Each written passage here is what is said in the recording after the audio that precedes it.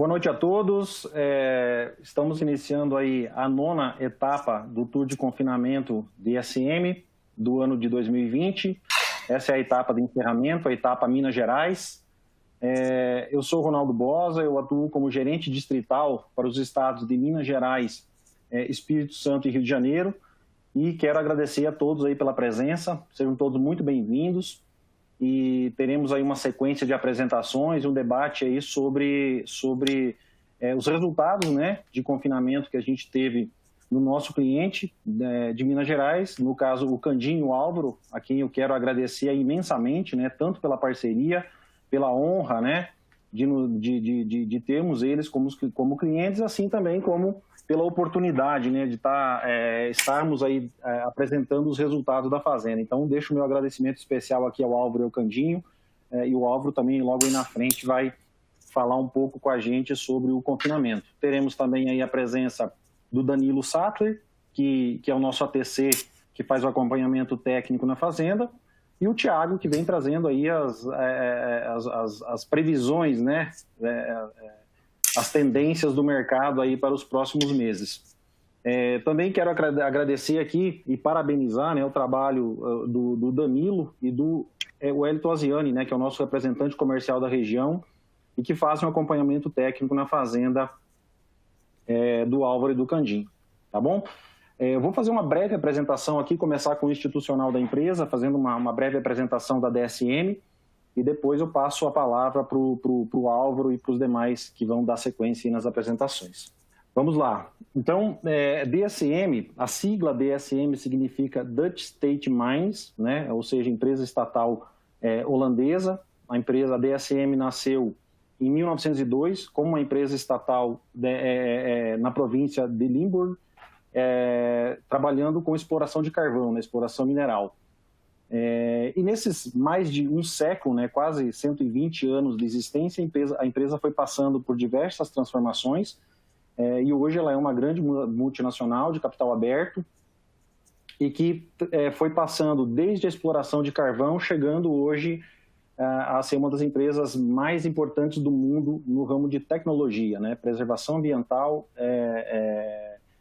respeito ao meio ambiente, respeito às pessoas e respeito criando importantes tecnologias, né?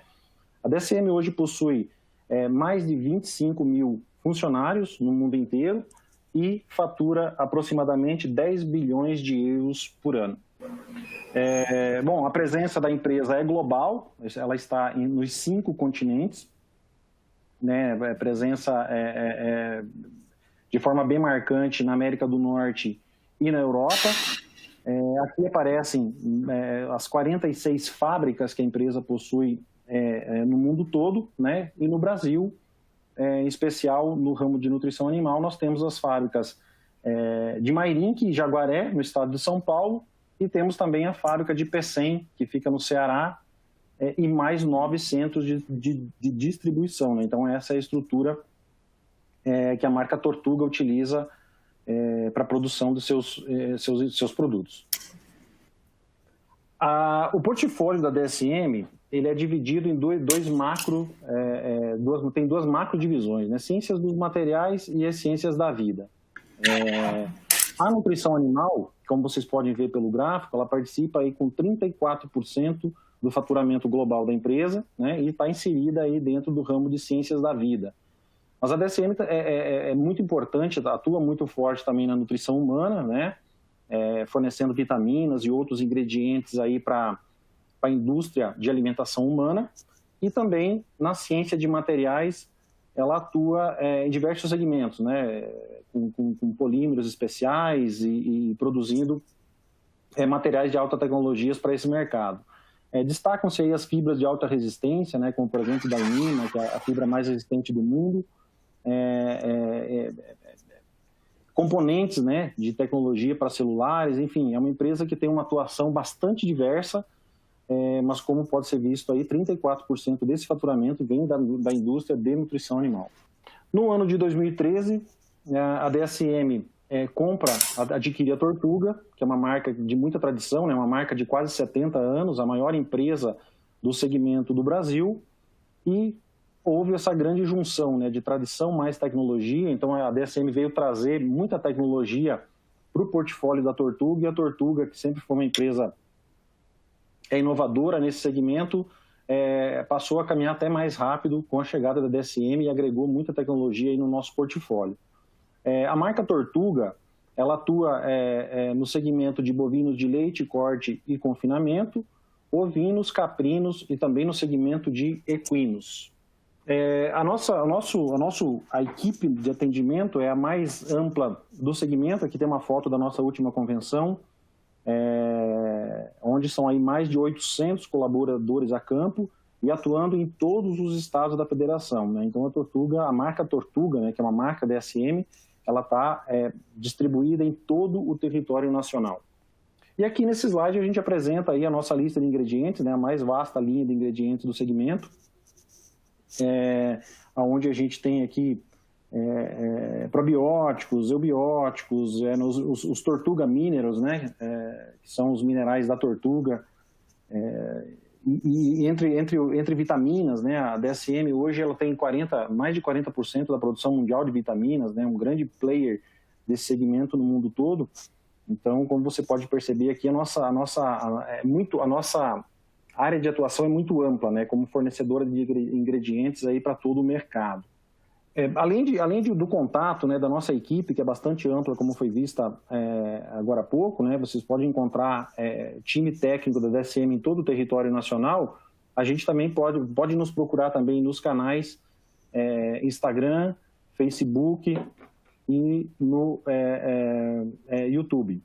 Bom, agora eu vou estar passando aqui um vídeo, né, lá do confinamento, um vídeo da fazenda, e aí logo após o vídeo, o Álvaro vai entrar falando sobre os resultados, né, sobre o confinamento da Recan nesse ano. Eu vou passar o vídeo assim que terminar, então o Álvaro passa aí a seguir com a apresentação.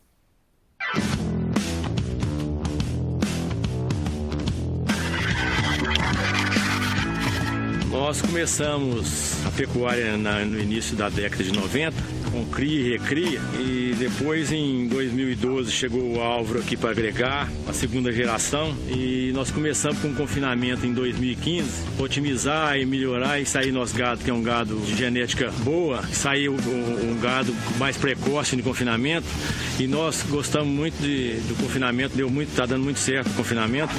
Bom, a gente começou o confinamento em 2015, e a partir de 2018 começamos nossa parceria com a Tortuga. A gente vê uma grande qualidade tanto no produto da Tortuga quanto nas assistências profissionais, né? O gado está ganhando mais peso, com o custo de arroz produzida menor dias de coxo e com maior rentabilidade aí para o nosso trabalho, aí para a nossa empresa. E eu estou desde 2012 aí junto com meu pai, né? Com a responsabilidade aí de dar um segmento no legado de trabalho, de amizade. É o que a gente está fazendo junto, que eu quero passar para o meu filho e o filho para os netos e através das suas gerações, para que o nosso legado aí de trabalho, de amizade, da recarga pecuária da nossa família nunca se acabe.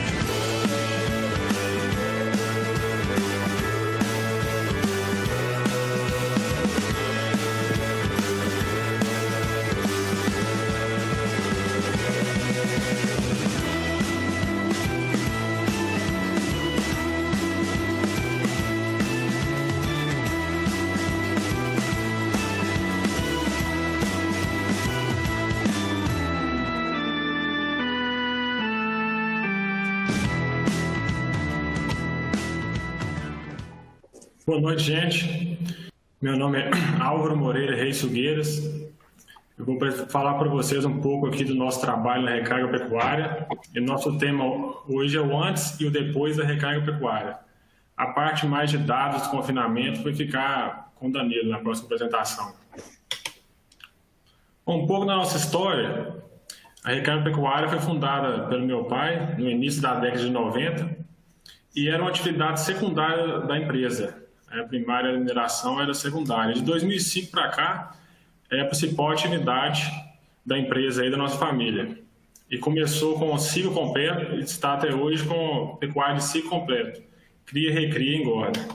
Bom, vou falar um pouco para vocês sobre a cria, porque o Danilo vai falar sobre os resultados técnicos de confinamento, mas o trabalho começa lá na cria. Porque o gado que a gente coloca no confinamento, ele é todo cria nossa. Então, o trabalho de resultado do confinamento já começa na cria. Então, no passado, usávamos estação de monta definida de janeiro a março, que é o que nós usamos até hoje. A gente utilizava monta natural, hoje estamos 100% de ATF. Utilizávamos touros de qualidade na monta natural, hoje são todos touros provados. Nossa cria era toda Nelore e hoje temos Nelore, Angus e Brancos. A fêmea tinha idade reprodutiva entrava na idade reprodutiva com 2 anos. Hoje nós já estamos desafiando precocemente o gado, então com 14 meses de idade aí, as fêmeas já estão entrando em idade reprodutiva. Antes nós não utilizávamos o creep feed e hoje estamos utilizando. Alguns dados da cria hoje, o prenhez do gado adulto hoje está cerca de 80,5%, já descontando as perdas precoces, antes do diagnóstico final, então esse gado emprenha aí cerca de 85,5%, tem 5% de perdas precoces. A desmama nossa hoje de bezerros machos está em 7,48 arrobas e a desmama de bezerras fêmeas em 6,96 arrobas. A prenhez das novilhas precoces, a média aí dos últimos 2 anos, está em 72,5%, já descontando as perdas precoces. E as primíparas precoces, então, estão emprenhando 78,5% a pasto. Isso dá um incremento na rentabilidade do negócio, que temos os bezerros 1 ano mais cedo, aumento de desfrute aí, e também na pressão de seleção do nosso rebanho. Algumas fotos nossas aí, nossa bezerrada de desmama Nelore. Essa foto aqui, nós temos vacas precoces que elas estão com 27 meses de idade e já estão paridas com bezerro ao pé e prenhas. Essa foto que é de semana passada, as precoces que estão sendo preparadas no sequestro aqui para entrarem em reprodução com 14 meses. Uma foto da bezerrada no creep. A genética Brancos aí, utilizada nas vacas de cruzamento, o Angus Nelore. Também são precoces, emprenhadas em 14 meses. Vou falar um pouco da recria engorda. No passado, a nossa recria engorda era exclusivamente a pasto. Hoje, nossa recria a gente usa o sequestro mais o pasto, Então, o bezerrada é desmamada e ela entra aí no confinamento, com a dieta de alto volumoso, para não ter aquela perda daquela transição de secas águas, e para o pasto da fazenda sair todo também. A idade ao abate era de 3 anos, hoje nós estamos abatendo de 22 a 24 meses. Antigamente tinha um ganho médio de peso baixo, devido os animais saírem aí mais tarde, hoje estamos com um bom ganho de peso. Utilizava um suplemento fixo na recria, seca e águas, entrava nas águas, colocava um suplemento só e na seca outro. Hoje o suplemento que a gente usa na recria é de acordo com a estratégia de ganho de peso, metas que a gente tem para gado entrar no confinamento, o preço dos insumos também altera aí a nossa dieta. Analisamos todas as variáveis aí para ficar no melhor custo e maior ganho de peso. Antigamente tinha um suplemento com pouca variação e utilizava o semi-confinamento. Hoje o nosso suplemento de engorda aí, a gente tem a fase de adaptação, com a dieta com maior volumoso, depois um crescimento e a terminação com a dieta aí de muito concentrado e pouco volumoso. E a nossa fórmula aí, ela muda de acordo com o preço dos insumos, a meta de produtividade, que a gente busca aí altos ganhos de peso para diminuir o custo de arroz produzido, dias de coxo e aumentar aí a nossa rentabilidade. E o sistema utilizado hoje em engorda é o confinamento. Alguns dados da recria engorda hoje, o Danilo vai falar mais na frente aí, com um embasamento mais técnico aí, a parte financeira, alguns dados aí, um ganho de 1,1 kg de carcaça dia no confinamento, com bois aí de até 2 anos. Os nossos bois hoje estão chegando ao confinamento aí, com cerca de 1 ano e meio de idade, com 12,5 arrobas, e a nossa meta aí para o próximo ano é de chegar com 14 arrobas para o ano que vem. E um ganho aí também de 1,033 kg de carcaça dia no confinamento, de novilhas e vacas cruzamento Angus Nelore. Uma foto aí do nosso confinamento. Foto da boiada de terminação. Algumas considerações aqui. É que, primeiro, dentro da porteira, que são as variáveis que a gente consegue controlar, ter uma boa equipe, bem engajada, bem treinada, remunerada, utilizar uma boa genética, nutrição, sanidade, manejo de pastagem, que tem custo zero, é uma grande ferramenta aí para aumentar a rentabilidade, a lucratividade, uma boa estrutura, gestão, a gente utiliza aí o IDEAG, né, como a parte de econômica aí de custos, o programa de gestão do DSM também, que nós estamos integrando com o DSM aí, que analisa várias variáveis, compara com várias fazendas do país aí, e entre outros. E fora do porteiro, nós só temos o mercado. Então, geralmente o produtor reúne para discutir apenas o preço da arroba, que ele não consegue controlar. Acho que a gente tinha que sentar em reunião de produtor, de equipe técnica aí, para falar de todas as variáveis que a gente consegue controlar dentro da propriedade, que é a parte dentro da porteira, buscar maior eficiência, fazer uma arroba menor, que o resto é consequência do mercado, né? Vão tentar ser mais eficiente possível dentro do seu trabalho, da sua propriedade, né, da sua assistência aí, porque o mercado, quem dita o preço é o mercado. Então, a gente não consegue influenciar sobre o mercado.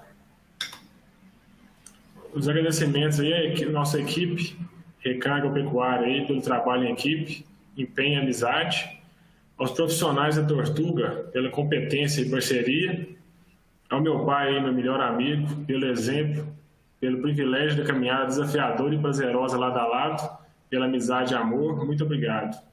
Aqui deixando meu e-mail aqui, se alguém tiver alguma dúvida, compartilhar conhecimento, se alguém tiver interesse de visitar aí nossa propriedade, né, a gente está de portas abertas, né, para mostrar custo, estrutura, para mostrar o que a gente errou, mostrar os acertos, como que a gente chegou no tal acerto, pelo que a gente passou, né, e os planos para o futuro aí, vai ser um grande prazer. É uma foto com meu pai aí. A coisa mais importante é isso aí, essa foto aí. É a relação do pai e filho que não tem preço. Obrigado. Boa noite a todos. Como já foi falado, meu nome é Danilo Sattler, sou assistente técnico aí no estado de Minas Gerais e a gente acompanha junto aí a Recan Agropecuária com esse brilhante trabalho. Excelentes colocações aí do Álvaro, né? E no momento bastante oportuno essa colocação dele, que quando ele cita que o confinamento começa lá na cria, né? E hoje isso é nítido no Brasil, que muitas vezes o confinamento ele acaba sendo responsável, ele tem que resolver os problemas aí de uma recria ineficiente que o sistema faz, né? A gente sabe aí hoje que cerca de 70% dos custos de um confinamento vem na própria compra do gado, né? Então, num cenário onde a gente está com uma reposição aí com ágio acima de 35%, fica até uma dica aí para 2021, para a gente poder focar na recria e ter eficiência no sistema de ponta a ponta, né? Não deixar para ter essa preocupação só no momento do confinamento. Então, é brilhante ver um trabalho desse, onde gestão, nutrição e manejo caminham juntos, né? A gente trabalha aí dentro da fazenda com o programa Gestão DSM já tem 2 anos. Isso auxilia muito no desenvolvimento e é notória a evolução desses dados para benefício dentro do confinamento. Eu trouxe aqui alguns números do confinamento, a gente vai ter algumas tabelas aqui no decorrer dos slides. Para quem está assistindo, tem a opção de aumentar o tamanho do slide, caso os números estejam pequenos, vocês podem estar fazendo isso, tá?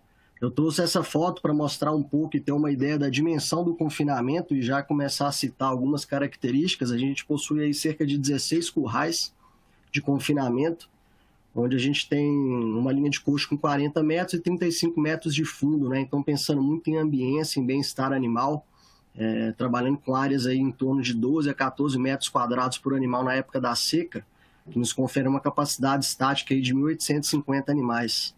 Chama atenção para a foto aí como que está tudo muito próximo, né? E isso facilita muito e ajuda muito no operacional da fazenda.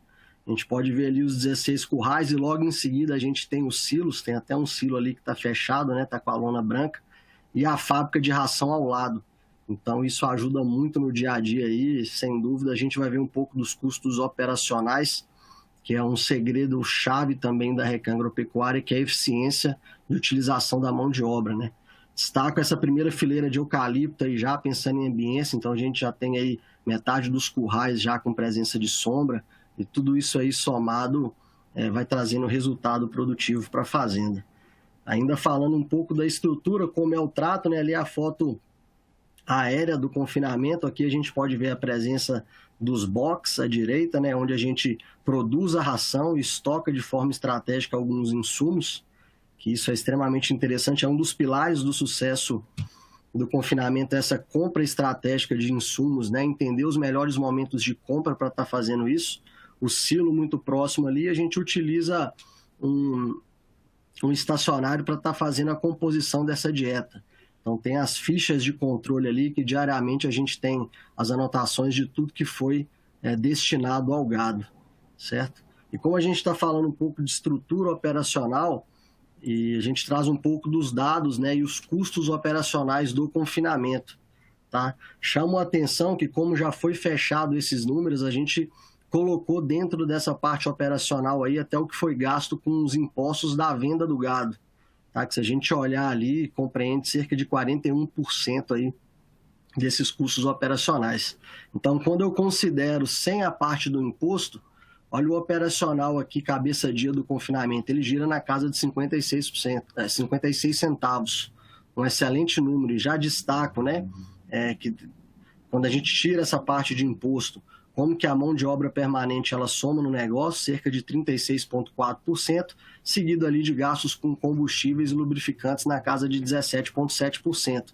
Então veja que, mesmo com uma proximidade ali do confinamento, a gente vê que o fato do vagão estar indo ali, a gente tem gasto de combustível, e quanto mais eu consigo otimizar isso aí, mais eficiente vai ser para o sistema. Tá? Pensando um pouco no perfil de dieta, né, e aqui já quebrando paradigmas, por muito tempo se teve relações aí de custo de diária, né? Então, muitas dietas buscando aí custo mínimo de diária, e a gente sabe que a correlação com o resultado do confinamento é muito baixa. A gente vai ver valores de diária, valores de ganho de carcaça e focar no que realmente importa, no que realmente entrega resultado, que é ganho de carcaça e eficiência biológica. Mas aqui tem uma foto do perfil da dieta, a gente tem todos os volumes, né, que foram gastos aí, uma dieta à base de silagem de milho, caroço de algodão, farelo de soja, o núcleo que a gente utiliza, fosbov, confinamento, crina, que a gente vai discutir um pouco desse aditivo aí, altamente sustentável, né? A gente sai da linha de antibióticos aí, trabalhando um blend de óleos essenciais aí, visando melhora de consumo e melhora de desempenho. Muito se fala da composição dos custos da dieta, onde a gente vê que, de fato, o milho representa, em termos financeiros, cerca de 70% da dieta, mas quando a gente olha a composição e o volume gasto dentro do confinamento, olha que interessante, 46% é milho e 40% é silagem. Então, a gente tem um volume alto de silagem sendo trabalhado dentro do confinamento pelo perfil de dieta, né? A gente trabalha 3 dietas, então uma dieta de adaptação bastante volumosa, aí, cerca de 50% de silagem na matéria seca por 14 dias. Depois a gente tem uma escada, aí, ou uma dieta intermediária por 7 dias, ou até que esses animais atinjam um peso, né, voltado para a terminação, e aí a gente trabalha a última dieta, que é a dieta final. Mas, enfim, se eu tenho um volumoso que corresponde a 40%, é extremamente necessário que se dê atenção a esse volumoso, né? Principalmente que a gente utiliza silagem de milho, né? E como a gente tem aqui em Minas Gerais cenários, né, de insumos elevados, aí, principalmente considerando o milho, a gente precisa trabalhar muito bem esse milho que já está presente na silagem. Então, o trabalho do confinamento, ele já começa ali no momento de preparação do volumoso, né? Então chama atenção para isso, para a gente sempre se atentar ao tamanho de partícula de volumoso e processamento dos grãos dessa silagem, que a gente sabe que toda vez que tiver um milho inteiro na silagem ali, aquela proteção que o milho tem ali do pericarpo, esse grão vai sair inteiro e a gente deixa de aproveitar esse milho que a gente já produziu dentro da fazenda. Então a gente tem uma série de equipamentos aqui para estar avaliando matéria seca, fazer a análise bromatológica dessa silagem, para fazer a dieta o mais focada possível no que tem dentro da fazenda, certo? Agora, trazendo aqui um pouco dos resultados, né? Hoje a gente, nesse ano, foram confinadas aqui 669 cabeças, fora o sequestro, que já vai estar em torno disso aí, mais 600 cabeças, que são as precocinhas que o Álvaro até mostrou as fotos. E da composição desses animais aqui confinados, observem que cerca de 52%, 345 são machos, e a outra metade vai estar entre novilhas e vacas, tá? A gente vai discutir muito essa questão das vacas e das novilhas como uma estratégia e oportunidade de ter o confinamento, né? Porque às vezes a gente olha muito só para o desempenho, mas a gente precisa olhar muito também para a rentabilidade e as oportunidades que nos aparecem. Então, de modo geral, já destaco aqui, ó, mesmo com 50% desses animais sendo fêmeas, a gente tem um ganho global de carcaça acima de 1 quilo dia. Isso aqui é fazer confinamento que entrega resultado. Hoje, né, no cenário econômico que a gente tem para o confinamento, é impossível falar de resultados de confinamento e pensar em trabalhar abaixo de 1 quilo de carcaça. Quanto mais a gente impacta no ganho de carcaça, mais a gente traz eficiência biológica e reduz o custo de arroba produzida. Então, mesmo com uma diária aqui na casa de R$ 14,30, a gente consegue colocar, em tempos de pandemia, um ano extremamente difícil, uma taxa aqui de rentabilidade ao mês na casa de 7,6%. Então, isso é extremamente grandioso. A gente vê que a pecuária, ela sem dúvida é extremamente rentável quando a gente trabalha ela com carinho, com atenção e com amor, que é o que a gente vê isso sendo muito bem feito aí na Recam Agropecuária. E esses são os dados globais. Eu trago aqui os dados também de forma separada, e aí são números extremamente fortes. Quando eu analiso só os machos, né, esses animais entraram aqui com 369 quilos no confinamento, ficaram 102 dias confinados, né? Esse ano a gente trabalhou muito essa estratégia por essas questões de preço de arroba, aumentos de preço, então a gente pensou muito em trabalhar condições que me permitissem manutenção de consumo com mais dias de coxo. A gente sabe que depois dos 80, 90 dias, pelo perfil da dieta, o animal tende a cair consumo. Então a gente utiliza tecnologias para que a gente tenha manutenção de consumo, destaca o consumo médio de matéria seca dentro dos 102 dias de 2,36%. Né? Porque muitas vezes quando esse consumo cai abaixo de 2%, fica ali entre 1,8% do peso vivo, a gente sabe que é um consumo de mantência, então o meu animal vai ter uma diária alta e eu vou ter pouco ganho de peso. Então às vezes a gente segura muito gado esperando o melhor momento de mercado, mas se eu não tiver consumo, lembra que eu não vou estar tendo desempenho. E aí, ó, animais extremamente jovens, né? Animais sendo abatidos aí com 2 anos de idade, entregando um ganho de carcaça com 102 dias na casa de 1,103 quilos de carcaça dia. O GMD é uma excelente referência, sem dúvida, mas a gente até aconselha aqui para todo confinador ou amigo pecuarista que estiver nos acompanhando, entenda o seu ganho de carcaça. Porque se o frigorífico te paga por carcaça, você precisa medir o seu ganho de carcaça. O ganho médio diário, ele tem uma variação muito alta aqui dentro, seja por protocolo de pesagem, seja por efeitos de ambiente, de um dia que está quente, outro dia está frio, né? E são períodos curtos. Então, foque aqui sempre no ganho de carcaça. E o que eu chamo a atenção? Mesmo num ano com milho aí batendo R$80 a saca, quando eu olho aqui meu custo de arroba produzida na casa de R$184 e eu olho um valor médio de venda na casa de R$260,78, eu tenho um lucro por arroba de R$ 76,58. Uma margem sobre a venda aí que bate quase 30%. Um resultado assim, extraordinário que a gente vê que, sem dúvida, o confinamento ele é extremamente rentável. Qual que é a atenção e o cuidado que eu preciso ter? Antes desse confinamento aí, de fazer uma recria extremamente eficiente, tá diluindo, né, esse valor de ágio aí, porque se eu chegar com esse animal bem para a entrada do confinamento, independente da situação do mercado, aí a gente tem grandes chances de sucesso, né? E o valor de rentabilidade ao mês, né, a gente vê ali, ó, um lucro líquido por cabeça acima de R$1.000, R$1.114 por cabeça, conferindo uma rentabilidade ao mês de 8,25%. Quando a gente vem para as fêmeas, né, e aqui são as novilhas F1, e foi uma estratégia que a fazenda tinha esse gado, trabalha precocinha, né, e depois que ela desmama o bezerro, isso vai para o confinamento.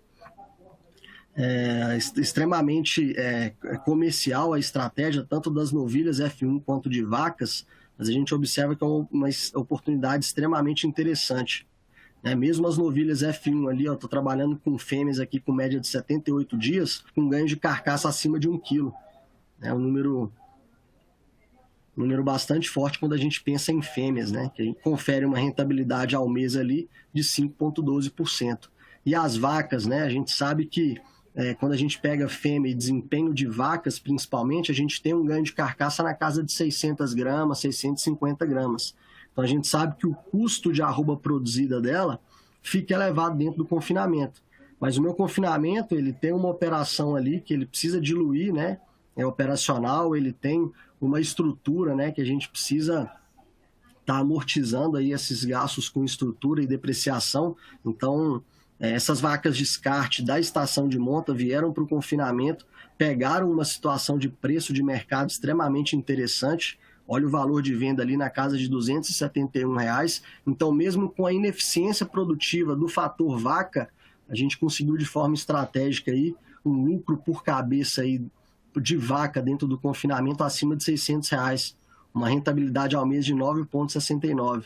Então a gente une fatores, né, uma análise global, né, tanto de desempenho, insumos disponíveis, estrutura de confinamento e valor de venda para tomar essa decisão de confinar uma fêmea ou não. Tá?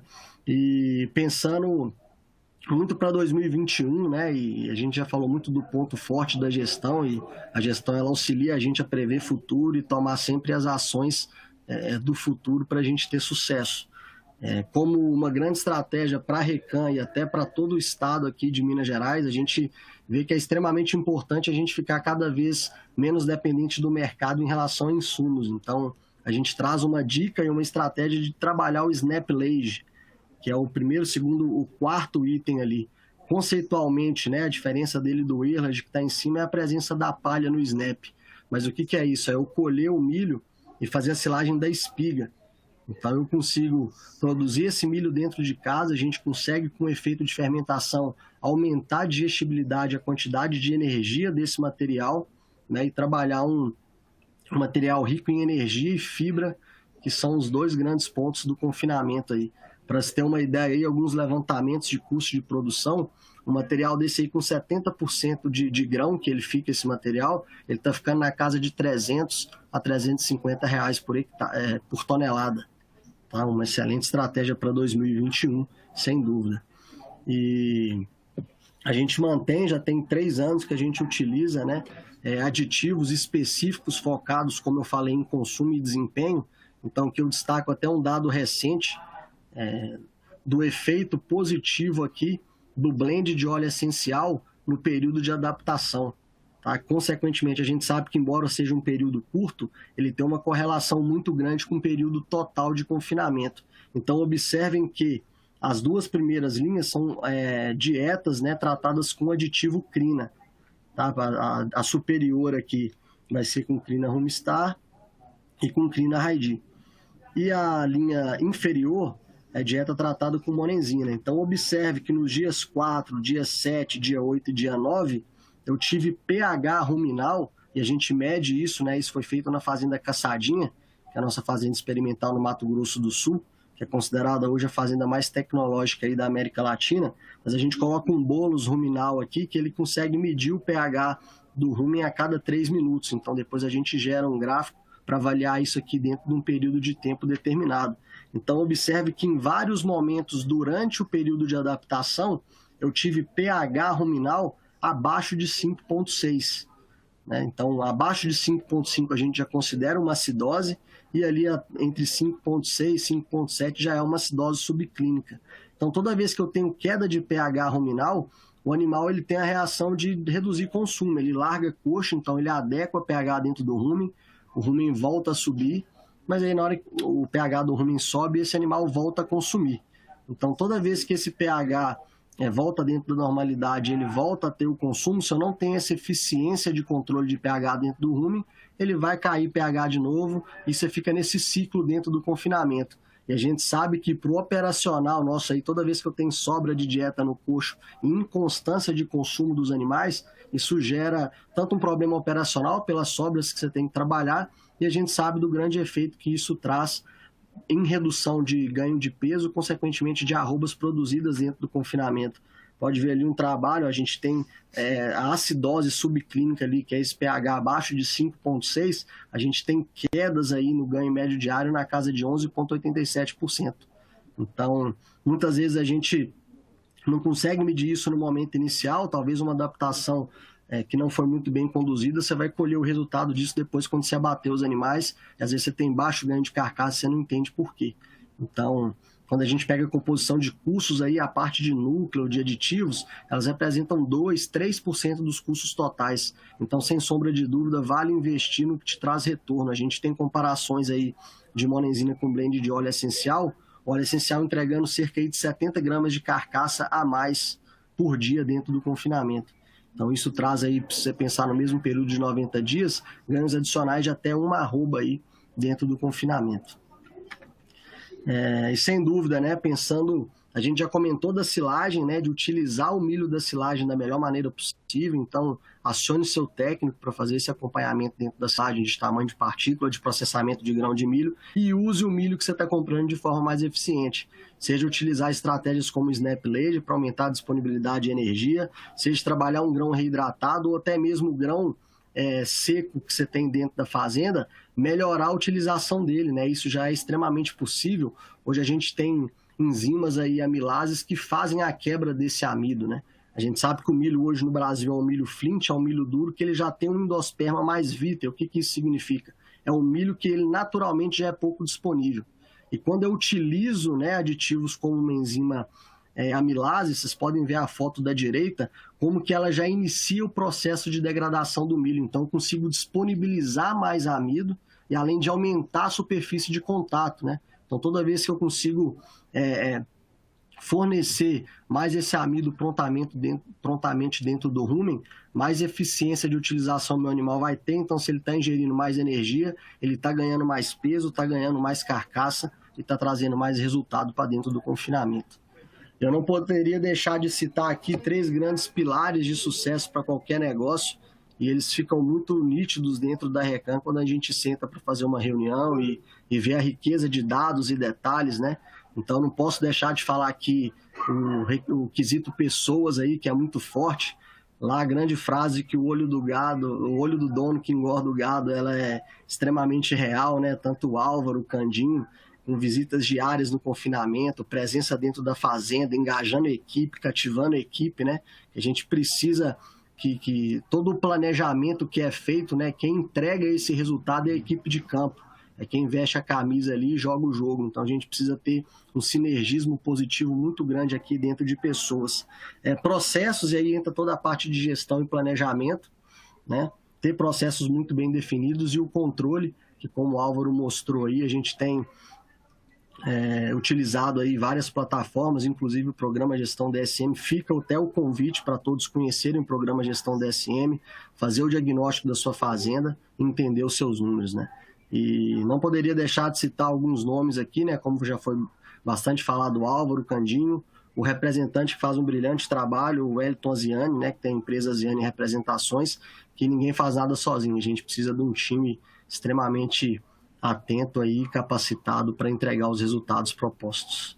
Esses são os números do confinamento e a gente depois está aberto a qualquer dúvida e pergunta que tenha tido aqui ao longo da apresentação. Um abraço. Pessoal, boa noite. Eu vou me apresentar, eu sou o Felipe Andrade, zootecnista, supervisor da DSM Tortuga na região central de Minas. Já chegaram algumas perguntas, e eu vou fazer a primeira aqui para você, Danilo. Uma pergunta técnica feita pelo Valber Carlos Moraes. Qual seria o tempo de uso do Crina pensando na resistência pelos micro-organismos ruminais? Maravilha, Felipe. Obrigado pela pergunta, Valber. Muito oportuna. O Crina, ele tem uma ação muito semelhante aí aos antibióticos, né? Então a gente sabe da ação que esses aditivos possuem em bactérias gram-positivas, né? Então, atuando tanto em bactérias metanogênicas ou bactérias que produzem ácido lático, que acaba derrubando o pH ruminal. E a gente sabe que a renovação, né, dessas bactérias dentro do rumen, elas acontecem a cada 6, 12 horas, então é uma renovação muito rápida. E aí fica o primeiro ponto, né, que a gente chama atenção. Eu preciso ter consumo de aditivo constante na dosagem correta. A gente fala que ele é dosagem independente para ter uma boa ação. Então, esse produto ele vai via núcleo, e ele é fornecido na dieta diariamente, tá? Ele vai no concentrado, então é fornecido diariamente para que ele tenha essa ação aí. A gente utiliza ele durante todo o período de confinamento. A gente tem algumas oportunidades de uso estratégico, tá, do Crina, mas a nossa recomendação aí é durante todo o período de confinamento, visando aqueles ganhos adicionais que eu comentei de 70 gramas, manutenção de consumo e melhora de eficiência biológica. Obrigado, Danilo. Acho que a gente pode aproveitar também essa resposta sobre o Crina e comparar, né, em relação ao consumo, o Crina com outros aditivos que atuam sobre micro-organismos ruminais, né, atuam na modulação de fermentação ruminal. Então, se puder falar mais isso aí também, eu acho que agregaria a resposta. Perfeito, Felipe. O que a gente tem visto, tá? Tanto na pesquisa, que a gente tem diversos parceiros aí para auxiliar em pesquisas e até com dados de campo, tá? A gente tem realizado o Tour DSM de confinamento desde 2015, então a gente tem um banco de dados aí com uma representatividade de cerca de 1 milhão de cabeças avaliadas nesses produtos com tecnologia. Então, quando a gente compara ali produtos à base, dietas à base de monenzina, a gente vê ganhos adicionais ali. Aí eu vou falar em consumo de matéria seca, tá? Porque quando a gente fala em consumo de matéria natural, isso é muito variável dependendo do teor de umidade da dieta. Mas a gente vê consumos aí adicionais de 500 a 600 gramas por dia a mais de consumo, tá? De matéria seca. E o que é interessante? Nada resolveria aumentar consumo se não melhorasse desempenho e, consequentemente, pelo menos manutenção de eficiência alimentar. Então, o que a gente tem observado? Tudo bem, o consumo aumenta, mas acompanhado de uma melhora na eficiência alimentar, até mesmo para aqueles pontos que a gente comentou ali, né? De eu conseguir ter uma melhor estabilidade ruminal. Então, se eu tenho um pH ruminal estabilizado, eu tenho uma saúde de flora ruminal muito interessante, então melhor absorção, né? E, consequentemente, melhor absorção de todos os aditivos da dieta aí. Perfeito, obrigado, Danilo. Eu vou fazer uma pergunta agora para o Álvaro, aproveitando um gancho, né, que o Danilo colocou na apresentação dele a respeito de uma linha de eucaliptos, né, já pensando em sombreamento. A gente já tem resultados científicos comprovando a questão de melhoria no ambiente, né, reduzindo o estresse térmico e melhorando o desempenho dos animais. Então, tem uma pergunta do Felipe Losky, e aí, Álvaro, se você puder responder para a gente. Eucaliptos ao lado do curral de confinamento, não há risco, se há risco de raios ou de quedas, né, inclusive, mas no caso de raios, como vocês lidam com esse risco? Tem alguma estrutura, como para-raio, enfim, alguma coisa assim? Boa noite. Estrutura de para-raio nós não temos. Estamos olhando para colocar, fazer todo o aterramento aí do confinamento, né? Nós estamos avaliando isso aí, para aterrar todos os fios. A vantagem ali do eucalipto é que o confinamento está numa área muito baixa mesmo. Então o eucalipto não tem tanta influência assim para segurar raios. E está a distância boa aí do eucalipto com a linha também a parte metálica aí do curral, né? Com os cabos de aço e tudo. Mas a gente está avaliando aí, analisando um investimento significativo aí em para-raio, em aterramento de fios. Estamos pensando nisso aí para o ano que vem. Mas a pergunta foi boa e nós estamos aí com esse projeto para o ano que vem. Para poder continuar com o sombreamento, não perder o sombreamento e tirar o risco de raio aí com o aterramento. Perfeito. Obrigado, Álvaro. Pessoal, a gente continua com mais perguntas após a apresentação do Thiago. Então, gostaria de convidar o Thiago Bernardino de Carvalho para apresentar para a gente as perspectivas econômicas do mercado pecuário e insumos nesse finalzinho de 2020, na reta final do 2020 e para o ano de 2021. Obrigado. Fique à vontade, Thiago. Muito obrigado. Uma boa noite a todos. Agradeço novamente o convite da DSM, toda a equipe de Minas Gerais, pelo novamente abraçar a ideia de se fazer um tour de confinamento, né?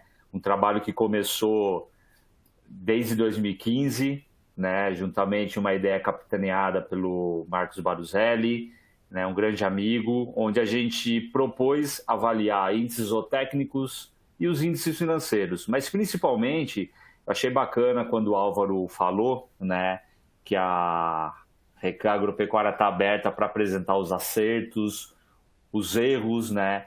A ideia do tour é essa, é trocar experiência.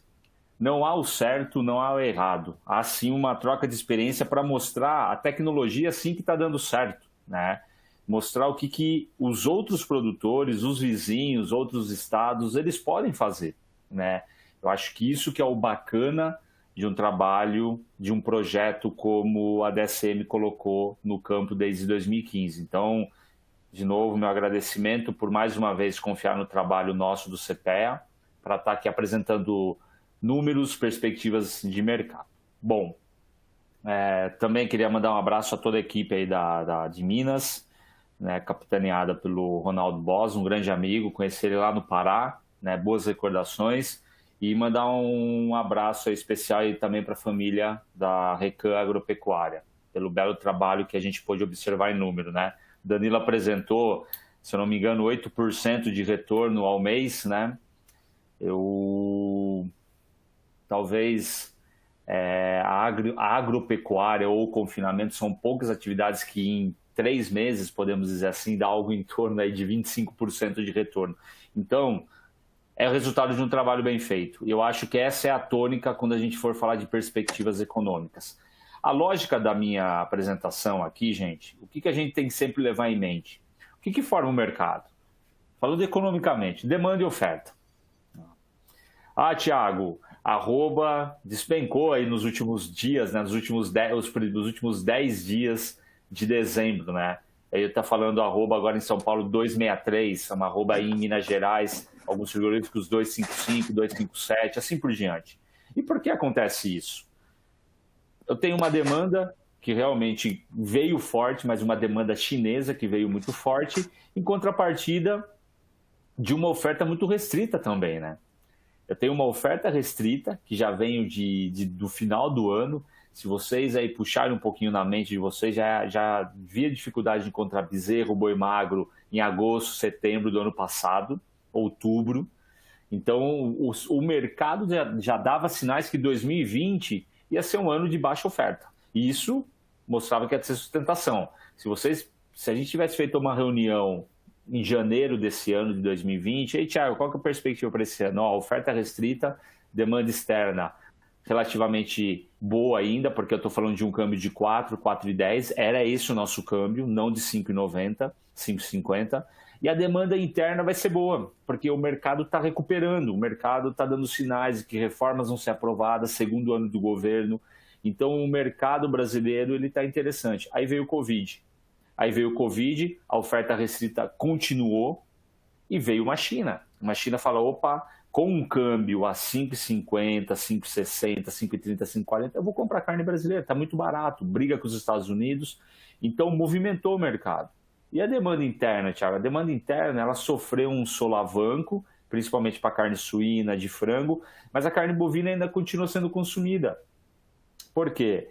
Eu tenho uma mudança do padrão de alimento, eu deixo de comprar roupa, eu deixo de comprar calçado, eu deixo de andar de carro muitas vezes, para comer o quê? Melhor, dentro de casa, com a minha família, fazer um churrasco, comer uma carne diferente, carne bovina. Então os preços da carne, somado com demanda externa, uma demanda interna relativamente sustentado por um consumo maior dentro de casa, não havia viagens de avião, turismo, etc., e também por um auxílio emergencial, sustentou esse mercado ao longo de 2020, tá?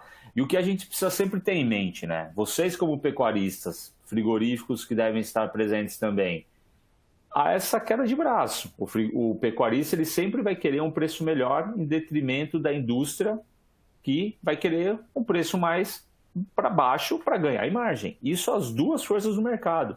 Mas, por outro lado, gente, eu tenho demandantes. Eu tenho o consumidor, seja o consumidor interno, e tenho o país que vai demandar a nossa carne. E como que está esse preço? Essa é a grande questão. A pergunta é, a arroba vai chegar a 300? Tudo bem, a arroba pode chegar a 300. Mas com câmbio a 5, a arroba ia bater quanto? Ia ter $60 por arroba, uma das arrobas mais caras do mundo, perdendo apenas para a Austrália, a 60. Então não tinha. Hoje, quando eu falo de uma arroba de 2,63, eu estou com um câmbio que fechou hoje a 5,03, um dos menores níveis do segundo semestre. Eu estou falando de uma arroba, algo em torno de 52,30 dólares por arroba. Então ainda é uma arroba forte. Se a gente comparar no começo do ano, que estava 42, 45, 47. Não, a minha fala não é que o pecuarista ele não merece receber. Veio de preços depreciados, 2016, 17, 18, 19, e realmente valorizou. Agora, a gente precisa entender o limite. Porque eu tenho, além do pecuarista que subiu o custo do animal e do alimento, eu tenho o demandante, que subiu os custos tudo. Subiu o preço do arroz, né? Subiu o preço da energia elétrica, subiu o preço da água. Eu vou compor a minha cesta. O que eu vou olhar? Eu quero carne barata, eu quero promoção. Eu não estou falando dos 40 milhões de brasileiros que vão consumir carne bovina a qualquer preço que for. Eu estou falando dos 160 milhões de brasileiros que têm uma renda restrita. E é 60%, 65% do nosso mercado. O mercado externo foi favorável? Muito favorável. A gente vai ver pelas exportações. E a China como esse fiel da balança. Agora, a gente tem uma restrição de queda no crescimento econômico que impacta no consumo de carne bovina. A queda é de menos 4,4%, a perspectiva para esse ano. Chegou a menos 6,9%, quase menos 7%. O cenário era pior.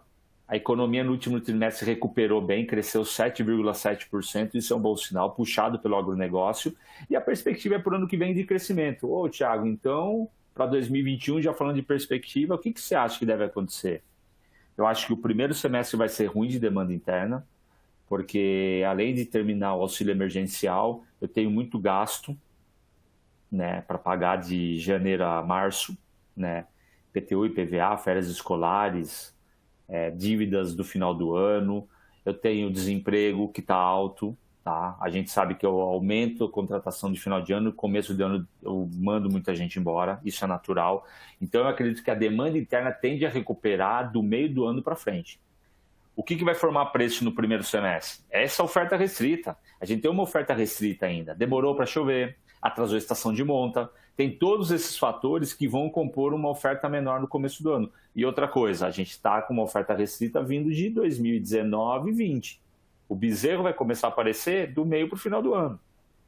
Isso é natural. Então, mas isso nada impede de oscilação. As exportações estão despencando agora em dezembro. Final de ano, começo de ano, a China sai do mercado, é natural. Vocês lembram, a arroba bate 230 em novembro, cai para 190 em janeiro. Vocês lembram que aconteceu isso? A turma ficou desesperada. A China volta a comprar em março, aí outro cenário de Covid. Mas o ano que vem há uma recuperação mundial, isso é muito importante. E no Brasil, puxado principalmente para o PIB do agronegócio. Há perspectiva de crescimento de 9% a 13% o nosso PIB. Isso é muito importante. Agora, o que me chama a atenção, né? Isso daqui é os preços das commodities ao redor do mundo. A primeira linha azul representa o metal aço, né? Valorizou muito. Em uma semana, mais de 400%. O que aconteceu, Thiago? Acontece que a economia está voltando a girar. O petróleo não subiu tanto. O petróleo não subiu tanto, mas nas últimas semanas deu uma guinada. Se aproximou de volta a $50 o barril. Isso é um bom sinal, que a economia está ganhando fôlego. O ouro, a linha amarela, lastro ouro, né? Aí eu tenho uma valorização. Antes, quando as outras commodities não valorizavam, eu tive uma valorização maior, reserva de ouro. A hora que o aço começa a valorizar, a turma sai do ouro e começa a investir em aço, por exemplo. Isso é natural. E, por fim, a linha verde. O que chama atenção a linha verde? Alimentos, soja. Olha que interessante. É a segunda que mais valorizou no ano.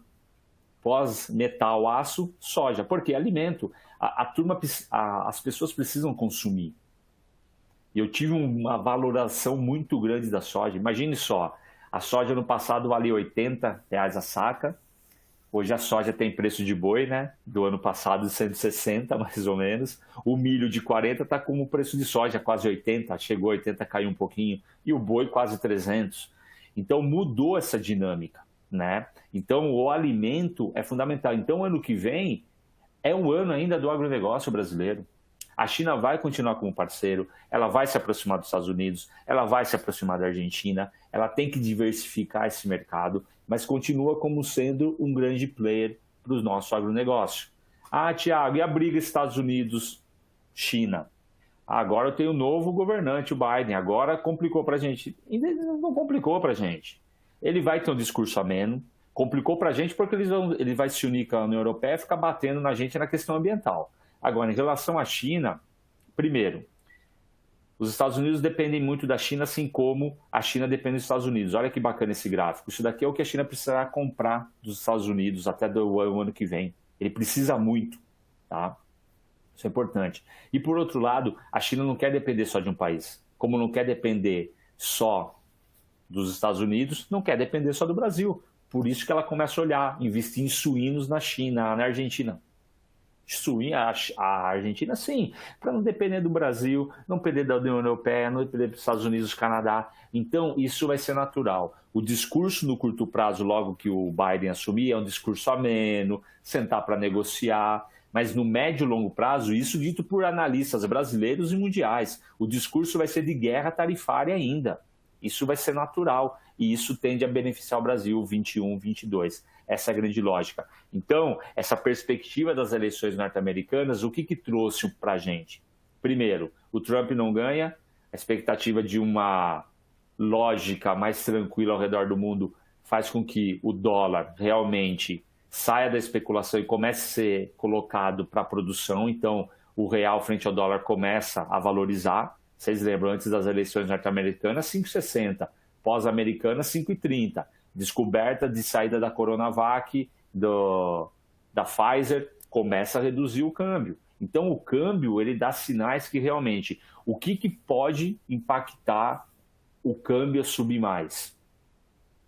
É a nossa dívida pública, a gente já fala um pouquinho. Então, esse é o cenário. E aí a gente entra nos indicadores brasileiros, que me mostra a taxa de juros, reunião do Copom ontem, manteve a 2%. A preocupação é, a 2% vai aumentar o consumo e vai ter inflação? Vai ter inflação, né? E o Bolsonaro, né, com o Paulo Guedes, eles querem manter a taxa de juros baixa, porque eu tiro o dólar daqui especulativo, manter a taxa de dólar algo em torno de 5, bom para as exportações, e, por outro lado, motivar a produção agrícola. Tomada de empréstimo e produzir, não só agrícola, industrial também, mas principalmente agrícola.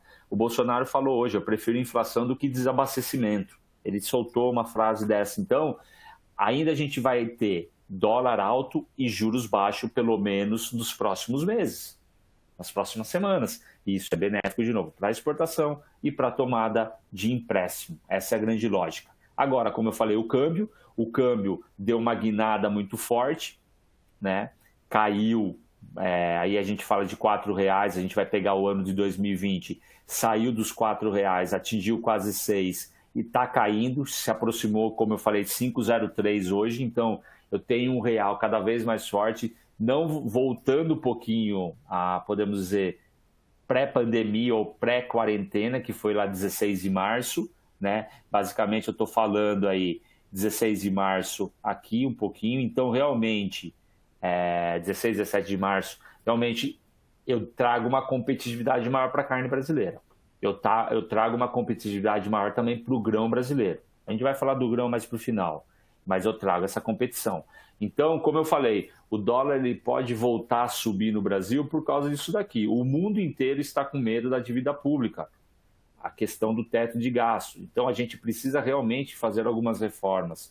Reforma administrativa, reforma tributária, porque o mundo está de olho e a gente sabe que a gente vai ter até outubro, mais ou menos, tá, desde o ano que vem, para aprovar reformas, porque outubro a gente está a um ano das eleições, né, de 2022. Basicamente, a gente não tem grandes reformas, é uma corrida eleitoral. Então, infelizmente, a gente tem algo em torno de 6 a 10 meses aí para aprovar reformas. Tem que ser ágil, senão, realmente, mais uma vez, a gente vai ficar 2 anos na letargia. E aqui é o que a gente precisa brigar no bom sentido, mas ao mesmo tempo que a gente briga por abertura de mercado, a gente briga por redução de corrupção, a gente precisa reduzir esse tributo. Nós somos o país que mais trabalha ou mais gasta hora para pagar tributo, algo em torno de 2.000 horas por ano. Segundo colocado, a Bolívia, metade disso. Não pode, né? Então, algumas coisas precisam mudar. Esse mecanismo, não à toa que o Bolsonaro vem trabalhando na redução de alguns custos, mas alguns estados, como o próprio estado de São Paulo, vai aumentar custos, principalmente de insumos. Então, está uma guerra tributária, porque também os estados estão quebrados. Melhor, a máquina pública fez com que o estado quebrasse. Então, é preciso ter uma reforma administrativa muito forte. Perfeito? E a gente tem que ficar atento à questão do desemprego, né?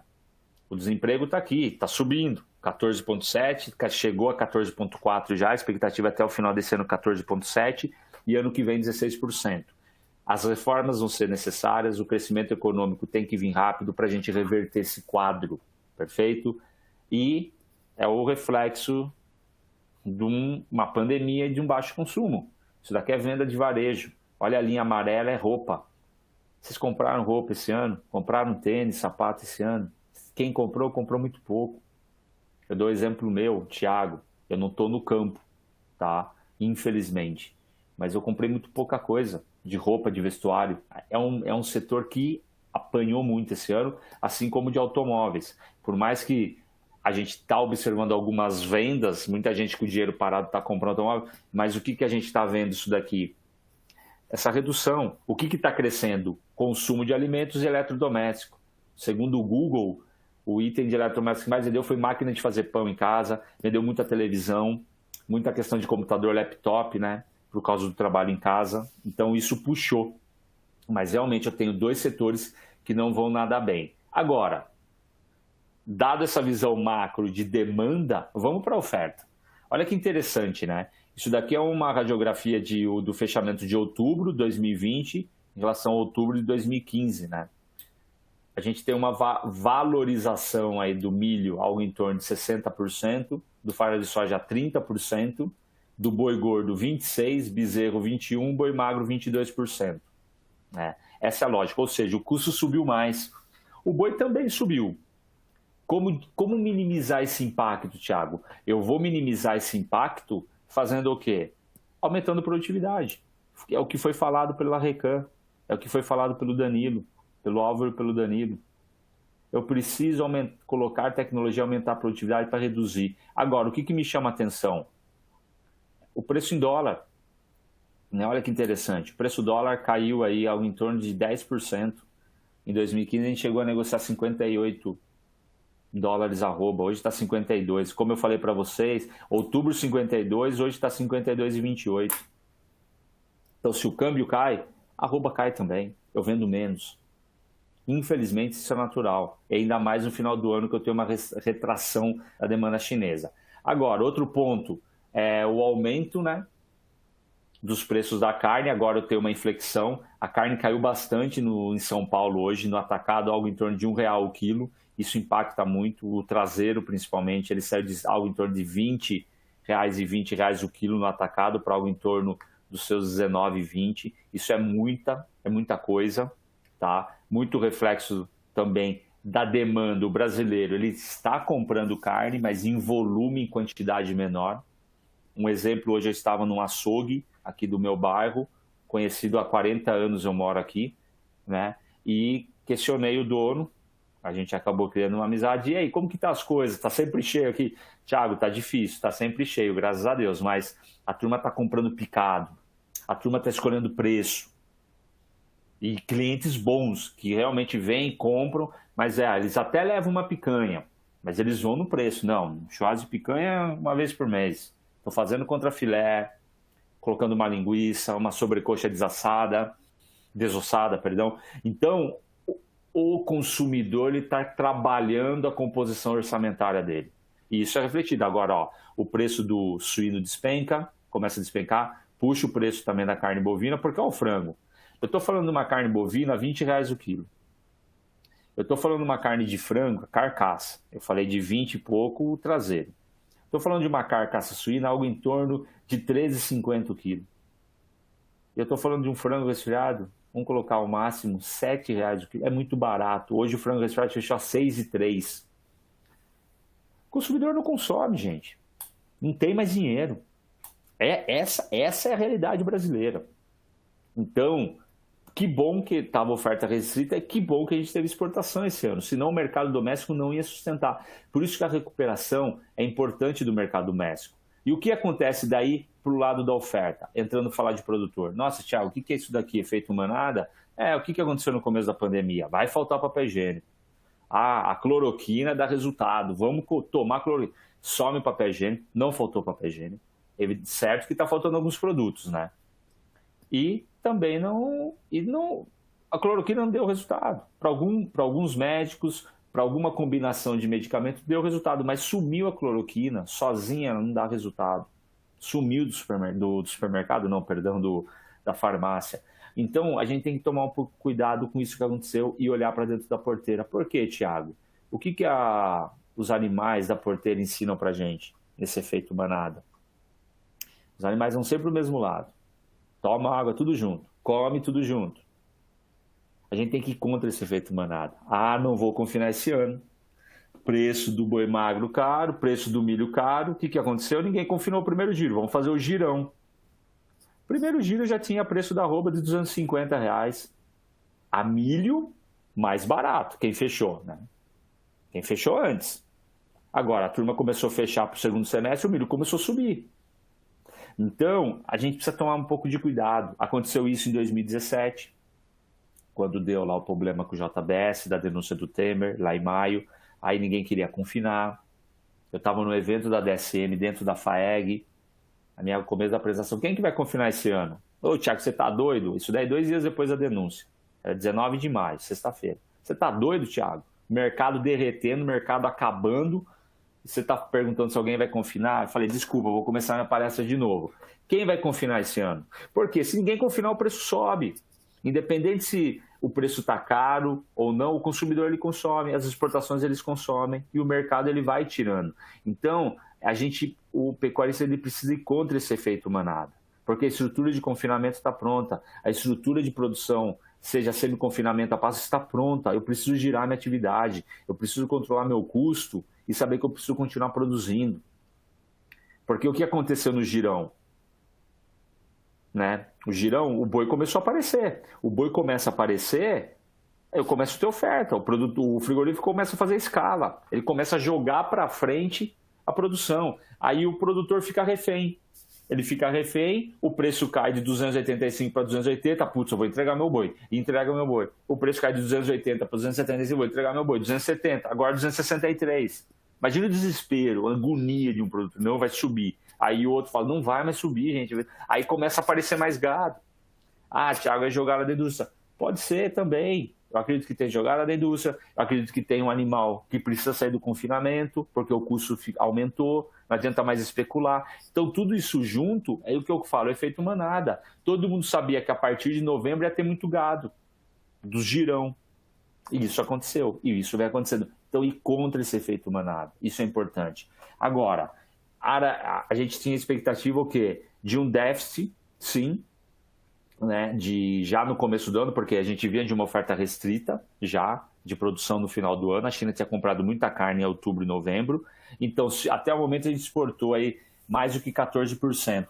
Se não tivesse crescido, né, ou se tivesse a mais de 15%, ou seja, crescemos 15% de exportação, 200 mil toneladas a mais do que o ano passado, a produção tinha que aumentar 1,7%. Não aumentou, aumentou 1,04%. 1,01 a 1,04%, ou seja, não aumentou. Então, o preço, ele dispara. Tá? Essa é a realidade. E agora, o que me mostra isso daqui? O preço dispara porque as exportações aumentaram, porque olha que interessante, se a renda sobe da população, o que me mostra aqui? Aumentou 10% a renda aqui, aumenta 7,7% o consumo de carne bovina de primeira, para a turma que recebe até um salário mínimo. Se cai 10% a renda de quem recebe um salário mínimo, o consumo de carne bovina de primeira cai 7,7%, ou seja, tem gente que perdeu o emprego. De novo, o desemprego saltou de 12% para 14,5%. É muita coisa. Há muito gasto. Não é só para comprar alimento. Eu recebo o auxílio emergencial, eu tenho N coisas para gastar. Então foi isso que aconteceu. O alto preço fez com que o consumidor fizesse o quê? Buscasse carne mais barata. E olha o que acontece. A carne suína que mais valoriza, ela estava muito barata, a turma começou a comprar bastante, depois começou a comprar carne de frango aqui em amarelo, aí o preço da carne bovina subindo por causa da exportação, a hora que começam a cair as carnes não subem mais de preço, acabou a alegria das exportações, a carne bovina também vai começar a cair. Isso é natural. Mercado. E o preço da carne bovina, reais por arroba em laranja, e o preço do boi gordo em reais, aí que a gente pode ver em azul, os dois caindo. O preço da carne ainda está maior do que o boi gordo caiu mais do que a carne, mas a carne começa a sofrer muita pressão, está muito estocada, frigorífico com estoque, varejo com estoque, tá? Aqui a gente já viu, então realmente a gente tinha baixa oferta e fez com que o preço subisse nos meses seguintes. E o preço do boi gordo, né? A gente pegou aí, se a gente pegar, são os preços futuros aí do dia 7, né, de segunda-feira. A gente está falando de preços da arroba já aí para junho do ano que vem abaixo dos 240. Falando até 228 já, né? Realmente a gente teve o pico do preço e depois há essa queda aqui para dezembro. Lembrem, 2015, pico do preço porque não choveu, bezerro caro, todo mundo quis produzir bezerro, aí apareceu oferta, primeiro semestre de 2016 ainda em alta, aí despencou. Veio julho, ruim, só que aqui não tinha China, né? A partir de 2018 a China começa a entrar, ela puxa fortemente o preço e 2020 é o que aconteceu, maiores preços. Mas assim, se a gente pegar a média dos últimos 5 anos, olha que interessante, o preço da arroba está 215,70, média dos últimos 5 anos. Então, quando eu falo uma arroba de 265, não é uma arroba ruim, por mais que os custos subiram. É uma arroba para se trabalhar a margem, sim, mas não é uma arroba ruim. Tá? Essa é a grande questão.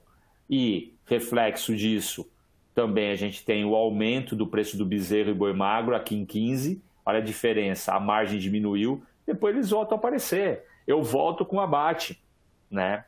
Eu abati muita fêmea, aí eu segurei as matrizes para produzir mais bezerro, é isso que vai acontecer. A gente tem esses dois movimentos tradicionais. Então o preço do boi começa a cair, naturalmente ele vai começar a puxar bezerro e boi magro. Por quê, Thiago? Porque eu não vou ter a demanda. O preço do boi caindo, naturalmente ele puxa. Isso faz parte, assim, quando o preço do bezerro e do boi magro sobe, ele acaba puxando o preço do boi gordo, isso é natural. E o que mais impacta, gente, é o número de abates. É o menor número de abates desde 2011. A gente passou praticamente 9 anos com abates superiores esse ano. 2016 empatou com 2020. Aí 2017 aparecem mais animais. Eu acredito que ainda vai aparecer mais animais, a gente vai abater mais no ano que vem, até porque o preço oscilando, muita gente vai entregar vaca, isso é natural, mas principalmente pela volta da produção que vai ter um impacto maior em 2022, provavelmente. Mas isso reflete a baixa oferta, ó. Não tinha oferta de animal gordo para bater, então o preço chegou a 290 mesmo. Tá? É natural. Preço do boi sobe, olha o que aconteceu com o abate de fêmeas. Todo mundo segurou fêmea. A gente segura a fêmea, para o quê? Para produzir mais bezerro, aproveitar. Então o preço do boi sobe e eu abato. Agora, quando o preço do boi começa a cair, eu aumento o abate de fêmeas. Por isso que eu falo, começo do ano que vem, provavelmente a gente abata um pouco de fêmeas a mais. Tá? Essa é a lógica. Agora, um ponto importante também é que a gente está batendo muita novilha, né? A gente está batendo bastante novilha, aumentou novilha recebendo o preço de boi gordo, né? Então ficou muito atraente. E isso ajuda a frear também a questão produtiva. Mas olha que interessante, 13 e 14 a gente abateu bastante fêmea, 18 e 19 a gente abate bastante fêmea. Reduz, ó, 15, 16, reduz 2011. Vai reduzir o abate de fêmeas no ano que vem, o profissional. Quem vai abater fêmea é quem está com apertado de conta. Mas o profissional ele reduz ainda para produzir o bezerro para 2022. Tá? Essa é a grande questão, porque olha que interessante. Eu tenho 4 anos de queda de boi de bezerro, preço em vermelho, 2 anos de alta. 4 anos de queda, era para ser 2 anos, mas a gente teve a seca jogou para frente. Né? O pico foi em 2015. Aí 4 anos de queda e possivelmente 2 anos de alta. 2020 e 2021, preço do bezerro. Então, a gente vai começar a ver uma inflexão da curva a partir do ano que vem, mas lá para o meio do ano, final do ano. Essa é a lógica. Para o terminador, o grande desafio é, compra ou não compra o bezerro caro? Compra um bezerro caro. A questão não é comprar o bezerro caro. Eu me lembro, em 2015, eu estava em Montes Claros, lá no norte de Minas. Né? E tinha paulista comprando bezerro no pé da vaca, 1.500, 1.600 no pé da vaca. Porque tinha confinado, não tinha gado em São Paulo. E aí a pergunta é, valeria a pena? Valia a pena? Valia a pena desde quando esse gado ia sair. O problema era ficar 2 anos, sair em 2017. Ninguém sabe o que ia acontecer, a gente não sabia nem se a presidente ia continuar, caiu, aí aumenta a taxa de desemprego, etc. É um período muito longo. Então, vale a pena comprar um animal caro? Vale, desde que você realmente tenha a condição de manter esse animal caro e transformar a carne rapidamente, em um curto espaço de tempo. Essa é a grande lógica. E o que esse gráfico me mostra? Cada vez mais eu preciso de mais arrobas de boi gordo para comprar um bezerro. Então eu preciso de mais animais pesados. Essa é a grande lógica. Tá? As exportações, como eu comentei, né? Então a gente falou a demanda, né, interna, oferta, chegando na demanda externa, que foi a cereja do bolo, foi o fiel da balança. A gente está exportando 200 mil toneladas a mais do que a gente exportou em 2019, que foi o recorde. A gente nunca exportou tanta carne bovina, por isso que o preço sobe. Reduziu quase 1 quilograma de demanda interna no Brasil. Quilograma per capita de carne bovina. 1 quilograma, 200 milhões de quilos, né? 200 milhões de quilos, quanto é? 200 mil toneladas, tá aí, ó. Conta de mais, conta de menos, conta de divisão. A gente exportou. Então, se eu tenho baixa oferta e a China comprou o que o brasileiro não consumiu, o preço disparou. O preço chegou a quase os seus 300. E olha que interessante as exportações, né? Um dado importante, as exportações em dezembro já chegaram a algo em torno de 20 mil toneladas na primeira semana, 4 primeiros dias. O que é isso? Isso é bom ou é ruim, Thiago? A 20 mil toneladas dá mais ou menos 5,4, 5,5 mil toneladas por dia. É pouco. Em dezembro do ano passado, a gente exportou 7,4 mil toneladas por dia.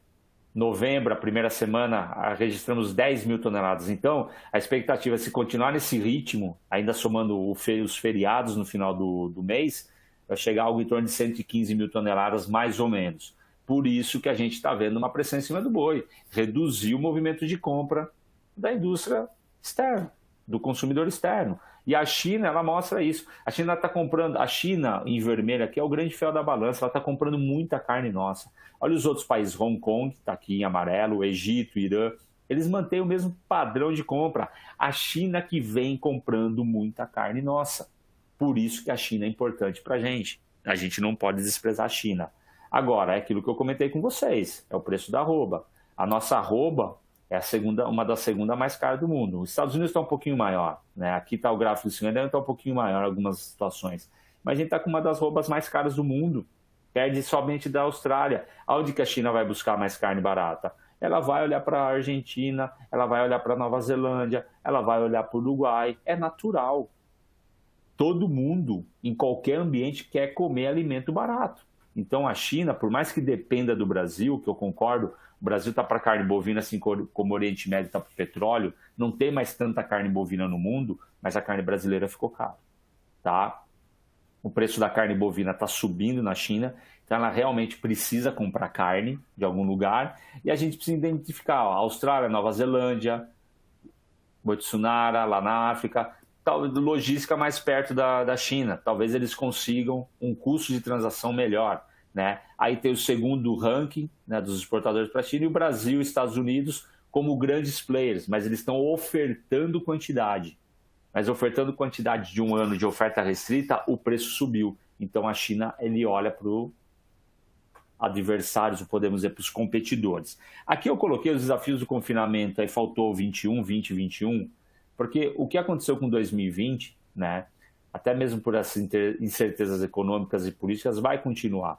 Né? A gente está falando de uma arroba, de um custo da arroba de 150, de custo ou 250. Vai depender, né? Como eu vou comprar meu boi magro, que representa 71% do meu custo, e como que eu vou comprar meu milho, que está em valor mais alto. Olha a relação de troca, boi-milho.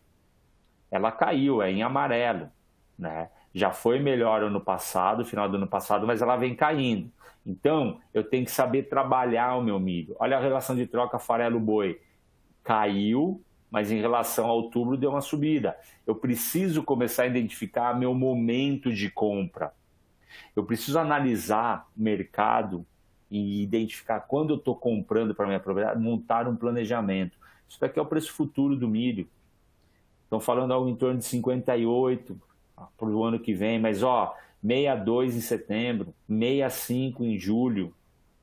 Vale a pena? Não vale a pena? Tem que fazer conta. Eu tenho uma possibilidade interessante. Agora, o que acontece esse ano? E o que deve acontecer ano que vem? Vamos esperar a safrinha. Safrinha o preço cai. Eu já volto nesse gráfico aqui. Aqui é o gráfico da sazonalidade do preço da safrinha, né? Do preço do milho, perdão. A colheita, safra e safrinha. É mais interessante, os preços mais baixos ocorrem junho, julho, agosto. Junho, julho, agosto. Mostra esse gráfico. Mas olha o que está acontecendo nos últimos 4 anos em termos de exportação. O volume de exportação de milho do Brasil começa a aumentar em junho e julho. é o período que a gente mais exporta. Não coincidentemente, a gente tem a safrinha, o volume maior, preços mais baixos. Então, eu tenho um volume maior de exportação. São esse tipo de informação, esse efeito manada, que eu quis dizer, que o produtor, o empresário, ele precisa começar a ter. Ele fala, opa, aconteceu 2 vezes, o preço está subindo. Comecem a observar o gráfico de preço subindo sempre no segundo semestre. Então, a gente tem que começar a planejar, porque senão a gente vai ficar na mão sempre da safrinha e o preço da safrinha subindo. O que pode fazer com que o milho suba, caia? Realmente é o câmbio desvalorizado, ainda é um câmbio muito atraente para exportação, 5,10, né? O Laninha prejudicando o Sul, essa seca que chegou, a disputa dos Estados Unidos e China, mais no médio e longo prazo, pode favorecer as exportações do Brasil, maior demanda externa de carne, 70% do milho produzido no Brasil é para suíno, frango e postura para produção aqui. Então, mais demanda externa, eu vou ter que produzir mais. O que pode fazer com que caia, oferta maior nos Estados Unidos, a safrinha do Brasil, é uma incógnita, e o movimento manado. Quando eu falo incógnita, é se está já vendido ou não. Porque a soja que a gente vai ver aqui agora, né? Aqui a gente está falando de soja, momentos bons de compra é o final da safra, né? Março, abril, para comprar o farelo de soja. Agora, olha que interessante pico, né? Pico de preço em 2004, pico do preço em 2012, pico do preço em 2020. Ah, Thiago, vai despencar, vai cair de novo? Nessa safra não, porque basicamente toda a safra já está vendida, né? Dos Estados Unidos, do brasileiro, já está toda ela vendida, né? E o que sobra, o produtor vai sentar em cima da saca. Ah, mas o farelo de soja dá para a gente usar um outro subproduto, representar acho que mais ou menos, né, 1% mais ou menos aí do custo aí da dieta, da diária, né? Não representar tanto, é mais o milho, daí eu tenho o farelo, a torta de algodão, aí por diante. Mas que seja, farelo de soja é importante nesse sentido. Como eu falei, a soja basicamente ela está toda ela vendida, né? Então a gente vai ter esse efeito China, o real vai desvalorizado e vai depender um pouquinho no começo do ano de saber do preço da soja nos Estados Unidos, como vai ter essa oferta dessa produção. Mas que seja, só para vocês entenderem o que aconteceu esse ano com a soja, para a soja bater 160, 170, aumentou-se muitas exportações e aumentou-se muitas importações. Quem que aumentou a importação foi a China, quem que aumentou as exportações basicamente o Brasil. Os Estados Unidos aumentou, mas quem disparou, quem é o maior exportador de soja do mundo hoje é o Brasil. Então por isso que o preço dispara. E a China fazendo estoque, segurança alimentar. A gente tem que estar muito atento a isso. Tá? E como que está a rentabilidade da operação?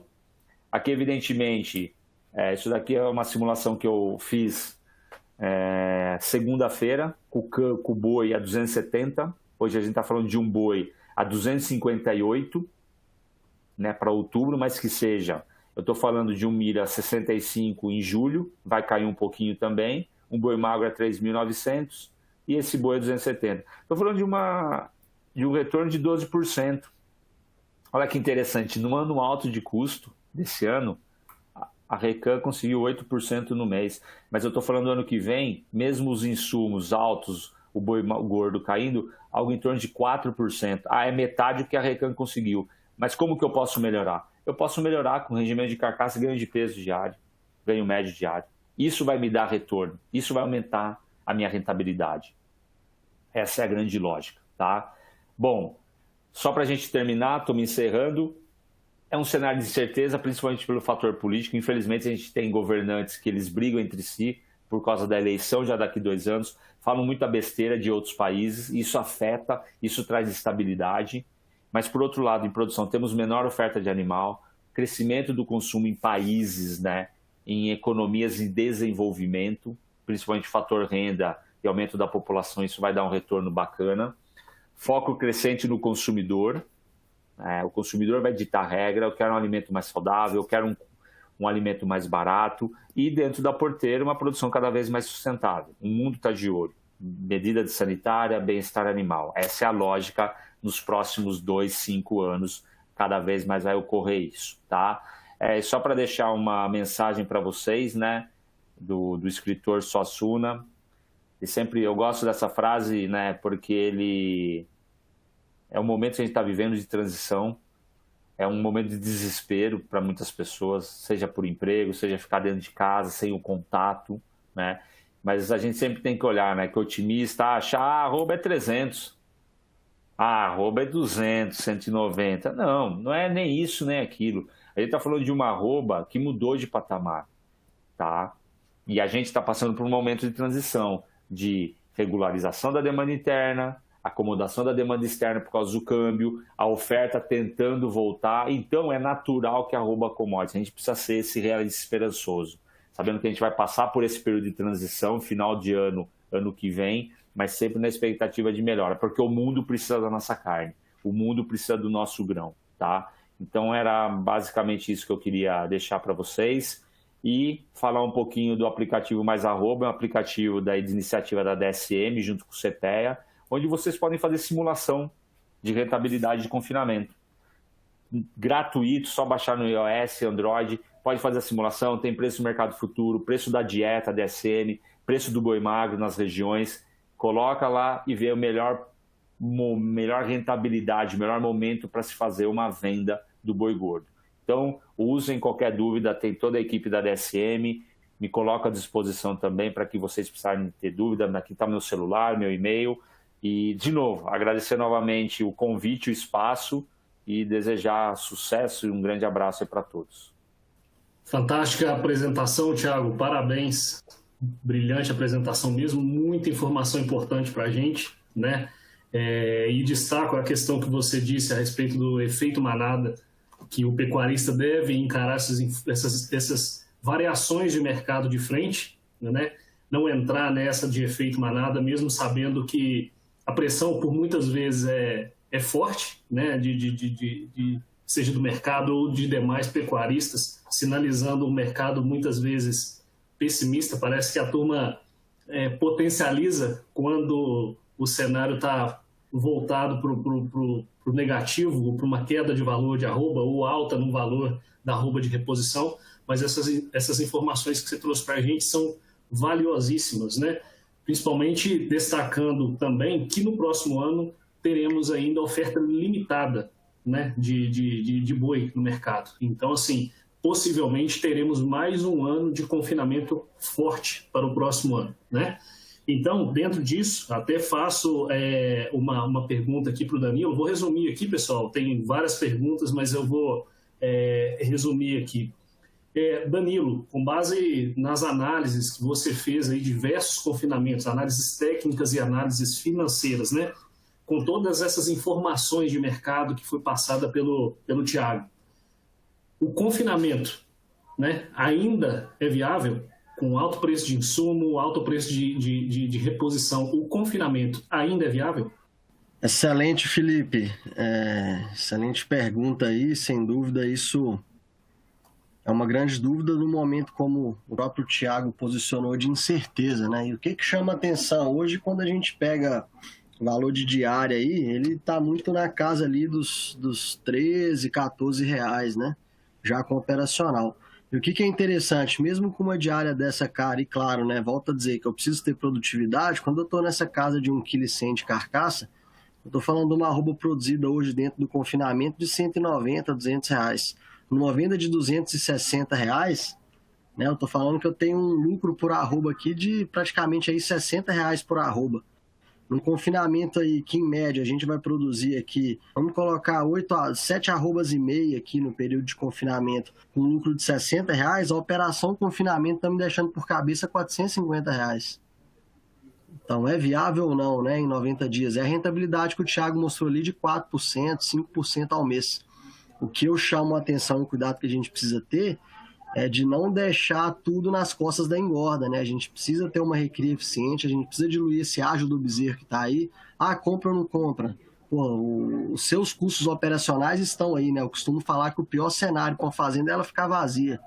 Então é focar, a gente está entrando num período de águas, é extremamente importante isso, a gente tem uma oportunidade de incrementar desempenho na época de águas, né? Seja com suplementação estratégica, manejo de pastagem, para a gente ter esse animal magro lá depois, no ano que vem, na entrada do confinamento, extremamente atrativo para a atividade. Então, volto a dizer, mesmo no momento de instabilidade e conturbado, eu tenho a possibilidade de ganhar 60 reais por arroba produzida dentro do confinamento hoje.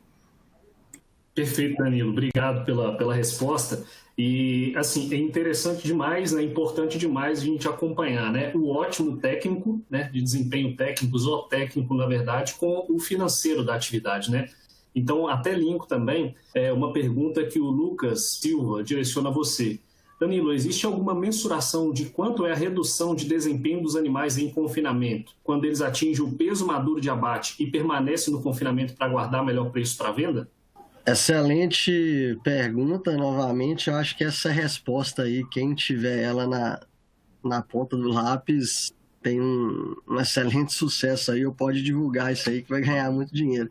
Porque, de fato, a gente tem um grande desafio de terminar esse momento ótimo de abate, né? Então, a arroba acaba subindo, a gente segura esse gado, a gente sabe que o consumo tem uma relação muito forte com o desempenho, mas não é só consumo, né? A gente sabe que tem toda a questão do biotipo animal, da fisiologia do animal, tá? A gente hoje tem ferramentas para poder prever esse melhor momento de abate. A gente tem tecnologias e parcerias com empresas que utilizam câmeras para traçar curvas de crescimento, entender a composição corporal do animal. Então, não é só consumo. O consumo vai nortear muito a gente nisso. Como eu citei, consumos que começam a ficar abaixo de 2% do peso vivo. E no animal extremamente pesado, a gente sabe que ele aumenta a exigência de mantença, a exigência líquida de ganho para ele sobe. Quando eu tenho um consumo abaixo de 2%, certamente a gente não está atendendo as exigências necessárias para ganho, né? Mas como eu falei, tem outros pontos que a gente precisa avaliar, e aí em loco, na fazenda, né, avaliando tudo isso, a gente é mais assertivo. Mas é difícil falar o número assim exato, né, porque são N variáveis. Perfeito, perfeito. E ainda dentro dessas N variáveis, para arrematar aqui, a gente encerrar a rodada de perguntas devido ao tempo, eu gostaria de fazer uma pergunta para o Álvaro aqui. Álvaro, você tinha falado muito a respeito da necessidade, né, de ter o controle interno da fazenda, cuidar bem, né, dos indicadores da porteira para dentro, porque da porteira para fora a gente não tem o domínio, né? Visto que o Thiago apresentou muitas variáveis, né, que podem compor preços de insumos, que podem interferir no preço da arroba do boi gordo, do boi magro, enfim, valorização ou desvalorização da nossa moeda. Dentro dessa realidade, o qual você considera o maior desafio do confinamento da Recam nesse ano de 2020, até para a gente conversar ou falar a mesma língua do pecuarista que certamente passou por desafios semelhantes, e o que você espera do confinamento para o 2021? Bom, excelente pergunta. Achei um grande desafio, porque quando a gente começou o confinamento, a gente tinha em 10 de julho, tinha um preço aí de boi gordo de R$ 205,00, 210, e o milho já entrou sem safrinha, na verdade, o milho quase não reduziu o preço, ele já estava em 45, 50, foi para 60, 70, 80. Então, esse preço de insumo, o desabastecimento de caroço de algodão, né, foi uma coisa muito desafiadora. Conseguir os insumos, mesmo de preço alto, dentro desse confinamento, né, e um certo medo aí, porque a partir do momento que seu gado já está preso, já está ganhando peso, você não pode tirar ele dentro do sistema, você tem que concluir, né, e arriscar, mas mesmo com esse grande custo da arroba, mesmo com esse grande custo de insumos, tivemos uma arroba produzida num preço bom, devido ao grande peso que o gado teve, uma boa rentabilidade. O desafio para 2021, eu acredito que, como teve um grande crescimento da arroba, o boi magro deve estar no preço bem acentuado, né? Os insumos, eu acredito também que devem continuar com preços altos. E o grande desafio, eu vejo que é fazer uma arroba produzida sempre mais barata, né? Analisar os insumos, mudar a forma de acordo com o preço de insumos, traçar bem suas metas, motivar sua equipe, mensurar resultado, né? Produzir muita arroba para diluir o custo e fazer uma arroba produzida mais barata, entre outros aspectos aí. Perfeito, obrigado por compartilhar com a gente a sua visão, Álvaro. A gente vai encerrar o evento, mas antes eu gostaria de agradecer, em especial ao Candinho e ao Álvaro, por terem aceitado, né, participar com a gente do nosso tour de confinamento. A última etapa do tour, vamos fechar com chave de ouro esse grande evento idealizado pela DSM. É uma excelente oportunidade para a troca de informações, trocas de experiências, né? E com certeza um estímulo para aqueles que estão na atividade, tendo as mesmas dificuldades, né, apresentadas pelo Álvaro, e aqueles que ainda estão na incerteza ou na dúvida de começar diante de um cenário de tantos desafios. Então, Álvaro, muito obrigado a você, ao seu pai, Candinho. Com certeza você está conduzindo todo aquele legado que você fala ali no vídeo, né? De trabalho, de amizade. Você colocou uma pitada de emoção aí no vídeo, que com certeza emocionou bastante gente. Essa relação de pai e filho é muito, muito importante. Números são fundamentais para a gente conduzir a nossa atividade, o nosso negócio, mas com certeza o relacionamento, a confiança, né? E essa relação íntima familiar que vocês têm é fantástico, de tirar o chapéu. Então, muito obrigado. Agradeço demais também a toda a equipe da SM envolvida, ao Wellington Aziani, o representante e técnico envolvido na conta, todo o apoio, né, e suporte que ele dá ao time da Recan, ao Danilo, um excelente profissional, técnico também pelo acompanhamento, né, na conta, ao Ronaldo Bosa também por conduzir todo o time, a Pauline, né, pela organização dos bastidores. Agradecer muito o Thiago também por ter trazido informações valiosíssimas para a gente, continuar apontando um cenário desafiador, né, Thiago? De muitas incertezas, mas eu prefiro pensar como o Ariano Suassuna na última frase ali, né? Eu continuo tendo esperança no ano de muitos desafios para a gente. Eu tenho esperança de que no ano de 2021 a etapa, né, de Minas e de todo o Brasil, do Tour DSM de confinamento, volte a ser presencial, né? Então, tem esperança de que tenhamos esse êxito no ano de 2021. E até lá, continuem se cuidando, cuidem de suas famílias, né? E até breve. Muito obrigado a todos vocês que acompanharam o nosso evento, nosso tour de confinamento e os demais eventos. Obrigado a todos.